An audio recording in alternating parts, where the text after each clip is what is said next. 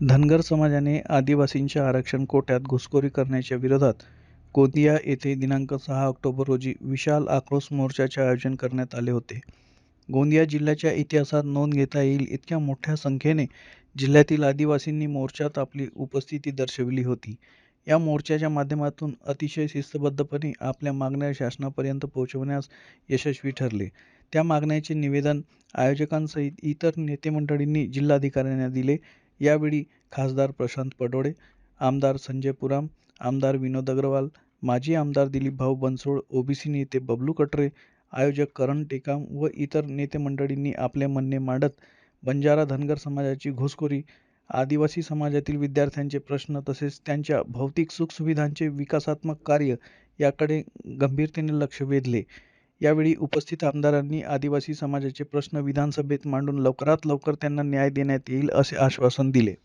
परंतु साथियों, अरे आमदार साहब, बहुत लोगों ने बोले आमदार को क्यों बुला रहे हो?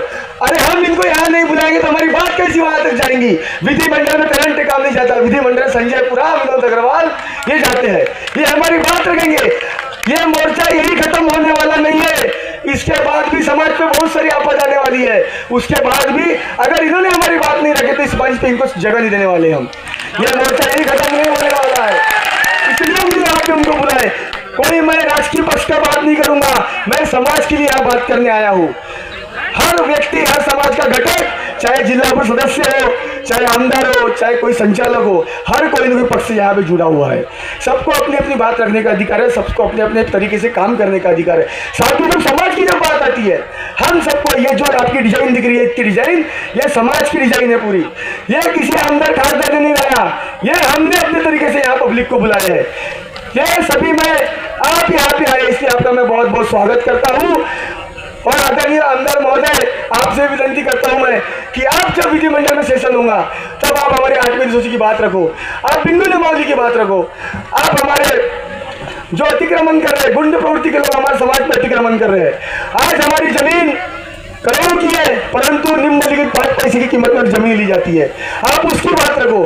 जब तक आदिवासी समाज को हक अधिकार के लिए हम जब तक लड़ेंगे नहीं, तब तक हमारा साथियों कुछ होने वाला नहीं। ये छोटा सा अभी ट्रेलर है संजू भैया, इसके बाद में पिक्चर ही बहुत बाकी है। ये सिर्फ ट्रेलर है, पिक्चर पूरी। प्रशासन हमारे साथ में, हमने उनको कोऑपरेट किए, उनने हमको कोऑपरेट किए। बहुत ही सुंदर तरीके से मोर्चा है, इसलिए मैं गोंदिया तालुका की ओर से Karan Tekam National People's Federation adivasi जिला गोंदिया, मैं आप सभी का यहाँ पे आए, सभी ओबीसी के घटक यहाँ पे आए हैं। माजी आमदार, जिला परिषद आदिवासी सदस्य यहाँ पे आए हैं, मैं आप सभी का यहाँ पे स्वागत करता हूँ। और जो मेरे आदिवासी दूर दराज से यहाँ लोग आए बिचारे अपना, ही लढाई करण्याच्यासाठी आपल्याला आवश्यकता का पडली? राजकारण करताना मत मागण्याचा अधिकार प्रत्येकाला आहे, पण जातीमध्ये बदल करण्याचं काम भारतीय संविधानाने राज्य सरकारला दिलेला नाही, तो फक्त केंद्र सरकारला आहे। हा राज्य सरकारचा अधिकार नाही। अरे ओबीसीच्या लोकांना, धनगरा, आपला मराठ्यांना तिथे आणलं। मी विचारतो महाराष्ट्राच्या सरकारला की कोणती घटना दुरुस्ती केली तुम्ही? कसे तुम्ही ओबीसी मध्ये आणता? तुम्हाला जीआर काढण्याचा कुठलाही अधिकार नाही। आणि त्याच पद्धतीनं या आदिवासींमध्ये बंजारा असो, धनगर असो, हे कुठल्याही परिस्थितीमध्ये येऊ शकत नाही। आणि ज्या दिवशी येण्याचं काम केलं तर त्या दिवशी तुम्ही मुख्यमंत्री म्हणून राहू शकणार नाही, ही बाब लक्षात ठेवा।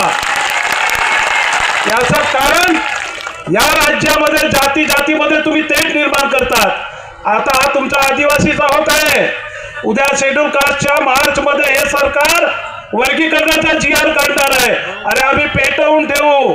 आणि म्हणून आदिवासी बांधवांनो, तुम्ही आणि एससी आणि एसटी फक्त एकत्र व्हा आणि ओबीसीचे लोक तुम्ही साथ द्या। महाराष्ट्रामध्ये कसा बदल होते ते बघू आम्ही, एवढीच विनंती करतो। धन्यवाद। जय सेवा, जय भीम।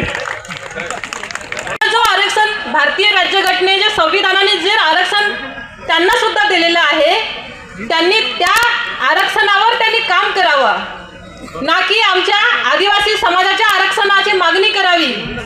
आणि म्हणून हा एक संपूर्ण समाजाचा एक ताकदीने एकत्रित येऊन हे एक संख्या आणि शक्ती त्यांना दाखवणी आहे। बंजारा असेल, धनगर असेल, इतर कुठलाही समाज असेल, अजिबात आमच्या आदिवासी समाजामध्ये एंट्री तुमची होऊ देणार नाही. 60% आरक्षण जो आहे आदिवासी समाज बांधव हा आरक्षण आणि किती लोक सहभागी झाले होते? आज गोंदिया जिल्ह्यामध्ये जिल्हाधिकारी कार्यालयावर आदिवासी समाजाचा मोर्चा काढण्यात आला होता. जवळपास या मोर्चामध्ये 1 लाखाच्या वर आदिवासी बांधव ह्या ठिकाणी उपस्थित झाला होता. विशेषतः महिला भगिनींचं योगदान खूप मोठा होता. या मोर्चामध्ये बंजारा आणि धनगर समाजाला आदिवासीमध्ये घेऊ नये याच्या विरोधात हा मोर्चा होता आणि त्याच्यामुळे या मोर्चात जे मागण्या होत्या निश्चितच जिल्हाधिकारी गोंदियाच्या माध्यमातून शासनाकडे पाठवण्याची आम्ही मागण्या पुढच्या आपण ते लक्षवेधी देखील लावणार आहोत की धनगर आणि बंजारा समाजाला आदिवासीमध्ये घेऊ नये आणि आदिवासी समाजाचं नुकसान करू नये अशा प्रकारचे देखील या